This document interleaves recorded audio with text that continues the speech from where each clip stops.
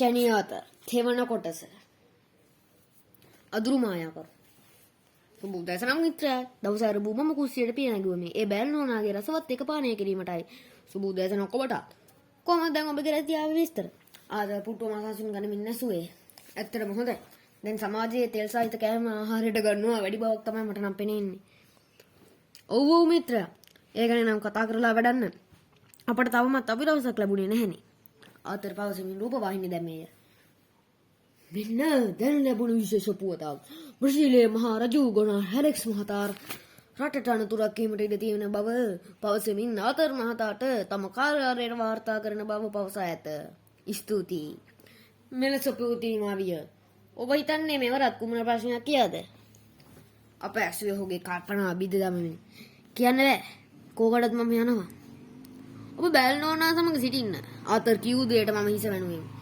ඊළඟ දිනේ මම අවදින වෙන විට ආතර නොකියම් පිට අත ගොස් තිබිලා තේ කෝප්පේ අතරගත් මම පුටුව මත හිත ගනිමින් පත්තරය අතර ගත්තෙමි පත්තරයේ තිබූ ඉතා වැදගත් කරුණු වන බැවින් නොදැනීම කාලය ගත වී ගියේය මම ඔරලෝසුව දෙස බැලිමි වේලාව 10:00 වී තිබිණ නමුත් තවම ආතර පැමිණියේ නැත මම මද වේලාවම මෙදුවේ ඇවිදිමින් සිටියෙමි මම දුටුවේ ඈතින් ආතර එන බවයි ඔහු නිවසට ගොඩ වූයේ ජල හැවී දුවක් නෙමෙයි මිත්‍රයා කුමක්ද වූයේ මවත් කැමති දැනගන්න අභිරහසක්ද මම කුතුහලයෙන් ඇසුවෙමි ඔව් ඔව් බරපතල අභිරහසක් ආතර කතාව වැළඹු අතර බෑල් නෝනා වතුර වීදුරුවාගෙන දුන්නේය එය පානය කළ ඔහු කතාව වැළඹුවේය අහසේ තියෙන චන්ද්‍රිකා සියල්ලම බිඳ වැටි ඇති බවක් සහ බ්‍රසීලයේ වූ රැට් රෝස් කියන අභ්‍යවකාන්ත ස්ථානයේ සිටි ගගනගාමීන් සිව් දෙනෙකුද මරණයට පත් වී ඇතේ ආ මිත්‍රයා මට තව දෙයක් කියන්න අමතකුණා ආතර පැවසුවේ එහි බැමි උඩ රදවමි ඔහු පැවසුවේ බ්‍රසීලයේ ගුරුත්වාකර්ෂණ බලය අඩු වී ඇති බවයි තව ජනාධිපති මන්දිරයේද පිහිටි තැනට පිටුපස කැලේ අමුතුවරින් ශබ්ද ඇති වෙන බවයි ඔහු පැවසුවේ ඒ වගේම අනාගතයේ ආහාර විසවීමක්ද ඒ නිසා මිනිසු මිය යන බව ජනාධිපතිතුමා ඔහුට පැවසු බව ඇසුවේ මේ ඔක්කොම විස්තර කොහොමද ජනාධිපතිතුමා දැනගෙන තියෙන්නේ මම විශ්වයෙන් නැසුවෙමි මේ ටික මීට වසර 2කට පෙර ඔහුගේ හිටපු උපදේශක ඇලෙක්සැන්ඩර් පවතා ඇත. නමුත් ඉන් මාස 3කට පසු ඔහු මිය ගොසී. නොදැනීම කාලය ගත වී ගොස් තිබින විස්මයට කරුණක් නොවේ. පසු දින සීතල දිනයක් විය. හිම වැටීම දාරම්භ වී තිබින. උදෑසන තේ කෝප්පයටත් පානය කර නොකර අපි දෙදෙනා චන්ද්‍රිකා සහිත ජනාධිපති මන්දිරයට ආවා. නමුත් ඒ වසා තිබුණේ අවාසනාවන්ත ලෙසිනි. ඉන්පසු අපි තීරණය කරේ එහි පසුපස තිබූ කැලයට යාමටයි. නමුත් එහි සිදු වී තිබුණේ ඊටම විස්මයකි. එනම් මෙතරම් හිම වලින් ගස්වැල් පිරී තිබුණද එම කැලේ තිබූ ගස්වැල් කිසිවක් එහි නොවිය. ඒට හේතුව කුමක්දයි හිතා ගැනීමට නොහැකි විය. අප ඒ තුලට පිවිසුවෙමු. නමුත් ඒ ඊට අන්ධකාරයි. මද දුරක් යන විට අපට අටකොණේ විවිධ ශබ්ද නිකුත්ය.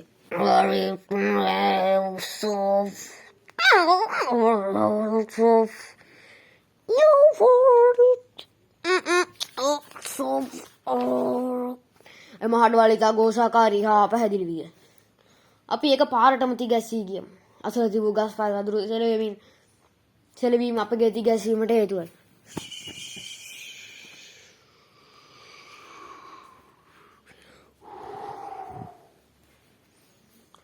ඒ තුලින් යම් ඡායාවක් එළියට පැනේය. සිහින් සිරුරක්, තැලිගේ මුහුණක්, වටකුරුවෝ කොන්දක්, උල්දත් හානිය පොතු, කෙලබ් බේරන කටක් එම අමුතු ජීවිය තුල විය. ඌ අප දිහා රවා බැලුවේ. එවිට අප අත පිස්තෝලය තිබුණේ. මම උදේසට වෙඩි දැමුවෙමි. නමුත් ඌට කිසිවක් නොවිය. එයත් අපට බිගවීමට හේතුවක් කිය. ඌ අප පසුපස පැන්නුවේය. අප දෙදෙනා ගසක් පසුපට සැගවුවෙමු. ඉන්පසු කුමක් වූවදත් මම නොදනිමි. නමුත් ආතර පරිසරයේ මම මාස දෙකක සිහි නැතුව වීමක් පසු වූ බවයි. ඒ අතරේ අර දරුණු අසංගතයේ පැවිදි බව ඔහු මට පැවසුවේ. ආතර ඔබ අර පිටසක්වල පරීක්ෂණය අවසන් කළේද? මම ඊට අසතුටින් පැවසුවෙමි. ඔව් ඔබ එතන සිහි නැති වූවන් පසු මම එතන ආරක්ෂක අංශයේ බටයන් තිදිනේ පැමිණියේ. දෙනෙකු ඔබව නැවත රෝහල වෙත ගෙන ගියේය. එක් බටය මා සමග ඉදිරියට ගියේය. අප වැටුනේ එක් විද්‍යාගාරයකටයි. ඒ තුල අප ගියේ බිංගයක් තුලින්. අප දෙදෙනා මේ හොඳින් පරීක්ෂා කළ නමුත් කිසිම හොඩුවාවක් නොලැබිණි. එහිදී සිදුවිය යුතු සියල්ලම සිදුවී ඇති බව අපට තේරුම් ගියා. වෙහි තිබූ පරිගණකයන් විවෘත කර බැලුවෙමු. එහි එක් වීඩියෝවක් තිබුණා. එහි වූයේ ඔහු යම් ලේසර් යානාවක් මගින් අපගේ අභ්‍යවකාශ මධ්‍යස්ථාන විනාශ කිරීමට උත්සාහ කර ඇත. නමුත් ඒ විනාශ වූයේ ගගනගාමී සාධනෙ පමිණි. එයින් විශ්වයටද වූ බලපෑම හේතුව නිසා චන්ද්‍රිකා සියල්ල විරහිත වූයේ. ඒ අසාර්ථක වූ ක්‍රෝධය නිසා ඔහු රට අල්ලා ගැනීමට ද්‍රාවණයක් සාදාය නිකුත් කළාය. එම ද්‍රාවණයේ බින්දු කිහිපයක් අපට හමු වූයේ. එහි බලපෑම සඳහා වූ මේ දරුණු විවසනය ඉන්පසු අප මෙහි පැමිණෙන බව දැනගත් ඔහු පිටසක්වලයන් මෙන් ක්‍රෝ නිර්මාණය කළේය. නමුත් ඔහු වැඩි ආරක්ෂාව එතරම් නොපී සිටින යන්ත්‍රයක් හැදුවේ. ඔහු ඒ උපකාර කරගත් නොපෙනී සිටියා. නමුත් ඔහුගේ අඩි ශවත්තු හඩ අපට ඇසුණු විගසම ගිය මාසයේ නම් හරිම අමුතු දේවල් වුණේ නේද මිත්‍රයා? ඔව් නේද ආතර්? නමුත් ඒ විද්‍යාවෙන් සිදු වූ කියන මට පැහැදිලි. ඒ වැඩි ඉදිරියට ගත යුතු කාරණාවක් නොවේ නේද මිත්‍රයා? මම ඇසුවෙමි.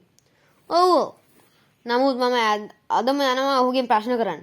මම ඔහුට අදම පොලිසිය වෙත පැමිණෙන ලෙස දැන්වුවා. ආතර් සිනහ වෙමින් පැවසීය. මමත් පැමිණෙන්නම් මිත්‍රයා. ඔබ සමග යයි. මම එකවර පැවසුවෙමි. මධ්‍යහන් කාලයේ ලැබී මාසයකටත් වඩා උණුසුම පැතිර ගියේය. ආතර් විකට සූදානම් වී රිවෝල්වරය අතරගෙන පිට විය. ඔබ දන්නවද මිත්‍රයා? අපේ ආ යුතු මාර්ගය? මම ඇසුවේ. නැහැ. නමුත් මට හිතෙන්නේ මේ පාර තමයි කියන. අප දෙදෙනා ඉදිරියට යන විට එමි ස්ථානයේ හමු විය. අප දෙදෙනා ඒ තුලට පිට නැගුවෙමු. සමාවෙන්න.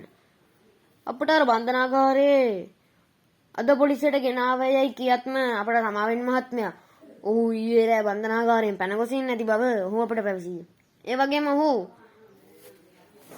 සිටි කාමරයේද බලපෑම නොකළ බව, ඔහුගේ අතේ යම් කිසි සලකුණක්ද තිබූ බව ඔහු අපට පැවසුවේය. ඉන්පසු අප දෙදෙනා මේ බල ඉක්මනින් ජනාධිපතිතුමාට දැන්වෙමු. අප දෙදෙනා ඔහු සමග ගියේ මන්දිරයේ පිටුපස තිබූ ගන්න කැලෑවට. ඒ ඊට විශ්මයකි. පෙර තිබූ කැලයට වඩා ඒ ඊට වෙනස් විය. මාසයක් තුල ඒ සිදු වූ බවක් අදහා ගැනීමටවත් නොහැකි විය. නොදැනීම සවස් වී තිබෙනවා. අප දෙදෙනාත් ජනාධිපතිතුමා නැවත පැමිණියේ රාත්‍රියේ කැලේ භයානක විය හැකි බවයි කියාමි. ඊළඟ දිනේ උදා වේ. නමුත් අපි කැලේට යාමට පෙර උදෑසන ආහාරය ගත්තෙමු. ඒ බඩකට පිනවා ගියේ. ඉන්පසු අප දෙදෙනා කැලේට යාම සඳහා ජනාධිපති මන්දිරයට පිවිසුමු. නමුත් ජනාධිපතිතුමා දෙඩ ගිය ඇතිහින් ඔහු එහි නොසිටියේ. නමුත් අප දෙදෙනා පමණක් ඒ තුලට ගියෙමු. කොපමණ ඇවිද ගියත් ඒ නිම වෙන කැලයක් නොවේ. අප දෙදෙනා කැලේ මැද හරියට පමණ පැමිණියෙමු. ඒ යයිනේ නවතින්නේ කියමින් යමක් දිවාය. හයි අනේ යාළුවා, ඔය කැලේ ඇතුළටම යන්න එපා. හේතුව මම දන්නේ නැහැ. ඔයාට එන්න ඕනෙම නම් යන්න. නමුත් භයානකයි. බොහොම ස්තුතියි. නමුත් අප දෙදෙනාට මෙහි යාමටම සිදු වෙනවා. යයි ආතර කිව්වා පමණි. අර ආග්‍යා ක්ලාන්ත වී බිමට උනේ. හේතුව නොදැන නමුත් තේරුම් ගත්තේ ඔහු අප ඉදිරියේ කරදරයක් වන බවයි. ඒ නිසා අප දෙදෙනා ඉක්මනින් පිට වූවෙමු. අප දෙදෙනා ඉදිරියට ගියේ අමුතු විදියේ ශාකලතා අතරිනි. එම සෑම එකක්ම කටු වී තිබින. මම කැලේ නිෂ්කලංක බව බිය උපදවන සුළුය. ඒ අතරතුරේ ඊටමත් අන්ධකාරයක් එහි පැතිර ගියේ ආලෝකයේ සමග පොරබදිනිමි. අපි දෙන්නාද විදුලි පන්දම ආධාර කරගනිමින් ඉදිරියට ගියමු. එකවරම සූලන් තද විය. අප්පාවට සුලගේ කැරගෙන බව සිතමින් බොරුවක් නොවේ. ඊටමත් ඒකෙන් කැරගෙන සුලග පොළව සූරා ගියේය.